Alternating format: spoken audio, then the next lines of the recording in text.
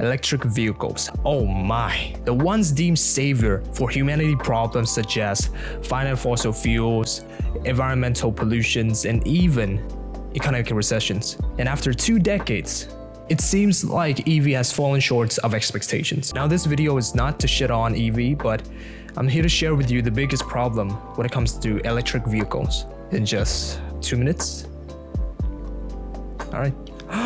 The first problem revolves around EV's inability to travel long distances. What do you mean by that? What do I mean by this? Let's take a look at the best companies to reduce EV's bikes for Vietnam, Vinfast. At first glance, it seems that Vinfast bikes can generally travel at a decent distance, 100 kilometers plus. That's more than enough for a lot of people. However, if we take a look more closely, we can see the whole pictures. Take for example the Felix S, which costs around 30 millions but doesn't include the battery. Hell no, man. What the fuck, man? This baby can go at 198 kilometers per charge, a very staggering number. This is the equivalent of going from District 1 to District Bentan 25 times or to Thurik districts 15 times. If you go to somewhere you have to return to, so it translates to only around 12 to 7 times respectively. But hang on, you can only go at this rate if you're a 65 kg persons traveling at around 30 kilometers per hour. And this is the ridiculous thing, because everyone and their mothers know that the average pace of traveling in the city is around 40 kilometers per hour.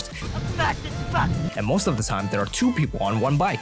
Trust me when I say that if you have 2 people on one EV bike riding around at 40 kilometers per hour, that 198 kilometers max distance is going to fall dramatically. And I'm not just nitpicking. Most of other models like the Clara S, Vento S, Theon S, all of their max distances are based on the same criteria, 165 kg persons at 30 kilometers per hour. These are just the top examples because there are even more budget-friendly models like the Impress Ludo with significantly worse max distances.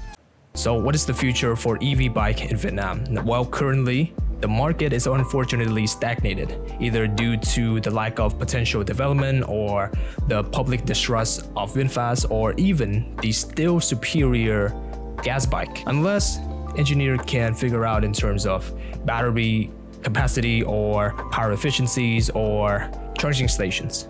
The future of fully renewable energy vehicle is nowhere near us. So if your demand is to travel frequently in the city, or if your budget is limited, then you might want to hold off buying one of these bad boys just yet.